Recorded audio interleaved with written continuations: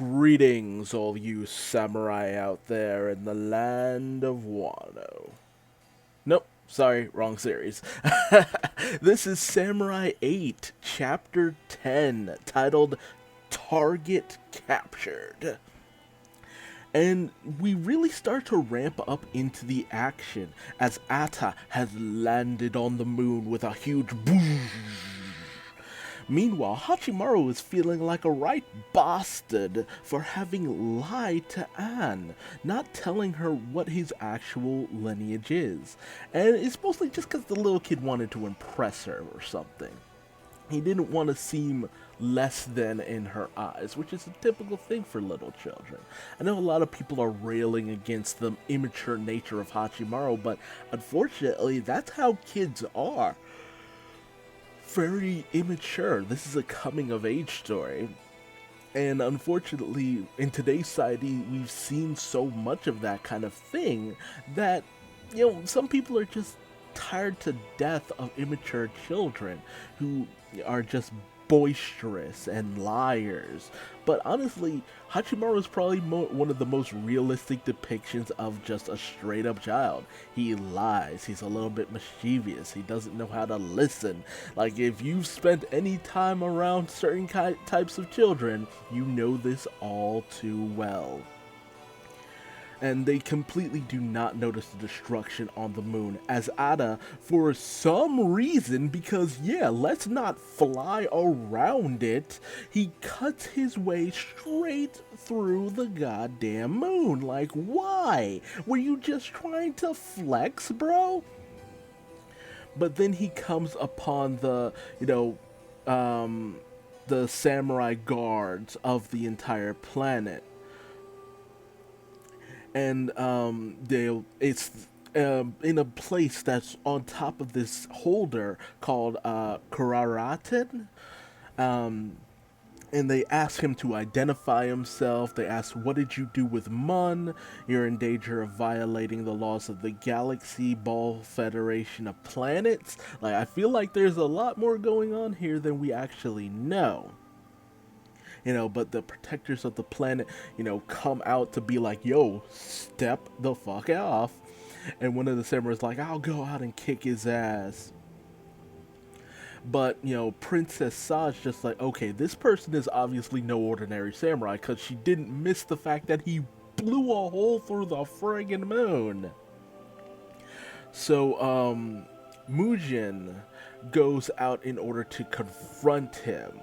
He's ready to throw down, and everyone's just like, oh, Lord Mugen is going to fight. Oh, this will be the first time I've ever seen that. Oh, man, this is not going to take long at all.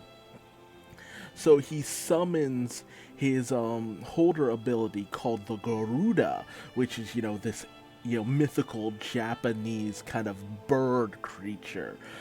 And, his samurai armor is immense. And even Ada's kind of impressed. It's like, Yokozuna grade keyholder, Garuda of heaven. You are the golden immortal bird Mugen. Like, everybody knows everyone, but I think it's just because they're robots, they're cyborgs, and they can analyze each other. But man, Mugen's, fully formed samurai form is epic, like huge. Reminds me a little bit of Susanoo, or whose was it? Whose Susanoo looked more like a bird? I cannot remember for the life of me, but it looks like a Susanoo. And it's just like, he's like, let's fight. In any other situation where you see a giant, massive bird like mecha creature, you turn tail and run. But no, Ada just goes straight in, ready to clash with them. And this little guy clashing with this huge mecha bird. It's just like, what the hell, man? This guy must have the biggest balls imaginable. And this clash doesn't go unnoticed by Daruma. He's just like, okay, I felt some kind of strong aura. Something that felt incredibly familiar. And he's talking to, what was his name? Hagamichi. And he's just like, oh, well, the strongest samurai in all of the planet would be Lord Mugen. Oh, you probably know of him. And Daruma's just like, ah, yes, Lord Mugen. We once fought at one point. He showed a lot of prowess. So they're basically hyping this guy up. It's just like, oh yes, commands he's part of the Federation. He's a general. He's really prominent. And Daruma's like, I should go visit him. We should reminisce together. There's something I'd like to ask him. But we literally see the results of Ada's battle. And like, if this series ever gets an anime, we better see this goddamn fight, because I just missed out on seeing a massive bird creature clash with this dude. Not cool. But you have all the locker balls and stuff floating around, showing that the various samurai have been killed within. We see Princess Sa impaled with just a regular sword, and she's floating through space on top of things, so I don't think she would have lived that long. And Mugen has also been impaled, and he's just like, oh, God of War, do not abandon me. And Ada's just like a G, it's just like, such a sore loser, just die already, dude. And once Mugen starts to turn back into his, locker ball form, he just cuts it up and is done with it. I'm just like, okay, like, I don't really fully grasp how people die in this universe when they're in that form. It's just the fact that they turn into a locker ball the end of their existence, or is it possible for them to come back in some other way, shape, or form? Meanwhile, as this is going off and Ada, continues his approach towards the planet, we see Furuta. We learned his name later down the line. I'm behind, so I'm just going off of things. Furuta, Dr. Furuta. He's tinker around with some kind of robotic part in his chest, so we see that he's not all human.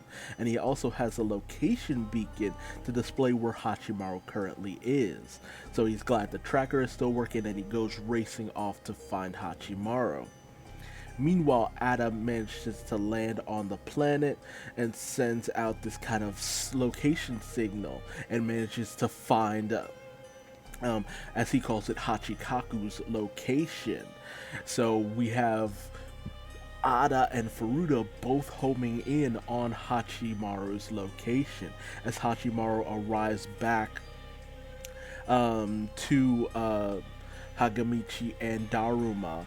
Daruma's just like, okay, how do they look? And Hagamichi's just like, okay, yeah, they look fine. It seems they found the locker ball, and it seems that they're at least a little bit closer this time as well. As Hachimaru also brought them some takoyaki as well. But we then see this nice little parallel shots with Ada and Furuta just racing towards their location. And Hagamichi's the first one to really notice their coming presence. The first one to arrive is Furuta, who's just like, Hachimaru, you thieving cat, you stole my son! And, what Hachimaru's trying to explain to his dad is just like, of course your dad is pissed, kid. What did you think was going to happen? And Hachimaru's like, no, I just wanted to be his apprentice. I wanted to learn. And Furuta's just like, you know nothing of what becoming a samurai actually means. You're a simple mechanic, son. You need protection. And he's just like, we're going home. And Hachimaru, usual confrontation with his dad, is just like, no, Dad, I told you I'm not a weakling anymore. I'm not some sick kid who couldn't even move. I've changed. And Dad's just completely taken off guard. It's just like, but you said you were a lively kid. And it's just like, oh, he lied to me. And, so Hachimaru notices this and is just kind of really taken aback, but it's just like, yeah, that's kind of what you get for lying, dude. You really started to bond with her and you told her lies up until this point. So Furuta grabs his son and starts to drag him away, but suddenly Daruma perks up and pulls out his bone sword and immediately out of nowhere clashes with Ada, who's come out of nowhere ready to strike down on Furuta and Hachimaru. And it is a massive clash with a massive shock wave just emanating from it. And immediately Furuta notices who it is. It's just like, Ada. And then Ada notices Furuta and it's just like, ah, long time no see, Professor Furuta. Where is Hachikaku? So I have to wonder, it's just like, is this some kind of Astro Boy situation? Because it feels like Astro Boy.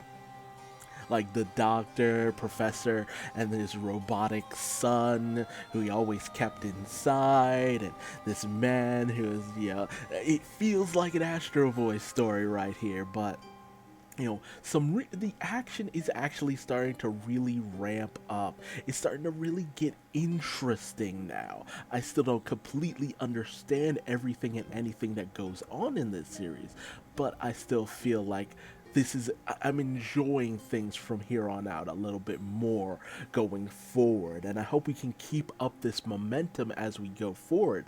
The only downside here is the levels of power. With Ada, it's just like, it's not bad showing off the full capability of where Hachimaru can get to. It's just that,